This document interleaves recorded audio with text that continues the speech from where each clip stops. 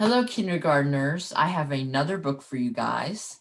So today we are going to be reading Curious George Snowy Day. I hope you enjoyed this book. George woke up to a wonderful surprise. It had snowed all night.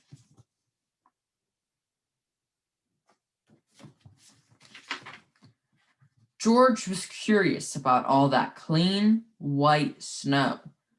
Maybe he could build something out of it. You go outside, George, said the man with the yellow hat. I'll make us some cocoa for later. This was going to be a perfect day. George went out to play. Uh-oh. He sank right into the fluffy powder.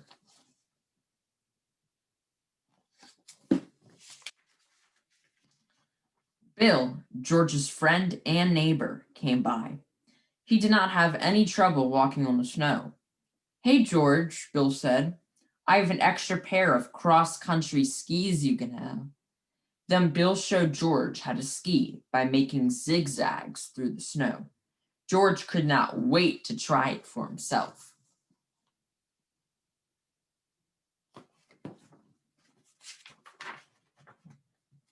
With skis, George could stay on top of the snow, and he followed Bill uphill.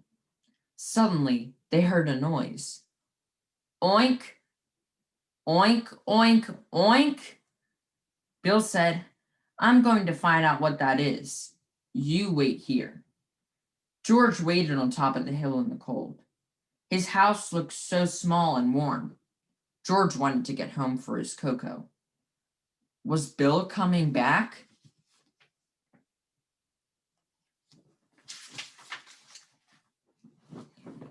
Hey, George, Bill shouted from the bottom of the hill. I couldn't find whatever made that sound, but I have to head home now. Keep the skis and have fun. So George did, for a while. When George was tired, he skied down the hill toward home until he hit a rock.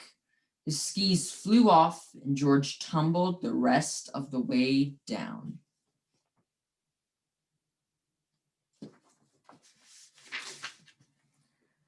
George picked himself up at the bottom of the hill. What would he do now? He spotted two children pulling a sled. They were walking on the snow, but they did not have skis. How did they do it? It had to be those wide, flat shoes they wore. Vinny, I think he likes our snowshoes, the girl said. George nodded. Vicky and I live on the other side of the hill, said Vinny. If you come home with us, we'll lend you our snowshoes so you can get home too. Climb aboard the sled.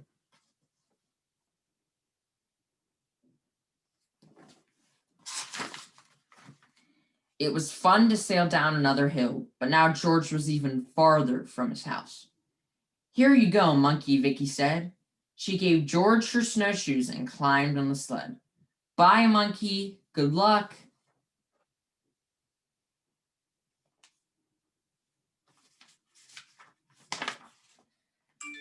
George began his long journey home. He was cold and tired, and climbing up the hill was hard work. The thought of a nice steaming cup of cocoa kept him going. Oink! George looked up. There was that noise again. He decided to follow it.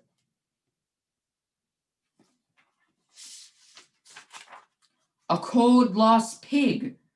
What was he doing out here all by himself? And how could George rescue the poor pig? George remembered how Vicky and Vinny had rescued him. What George needed was a sled. It had to be flat and big enough for the pig to sit on. A fallen sign nearby looked like a good choice. What a ride!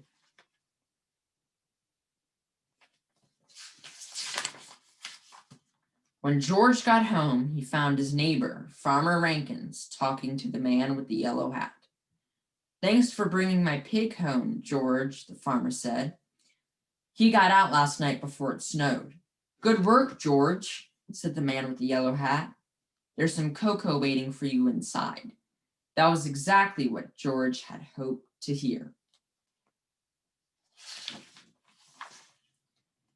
Skiing, snowshoeing, sledding, and now Coco. It had been the perfect snowy day. Well, I hope you guys enjoyed Curious George Snowy Day.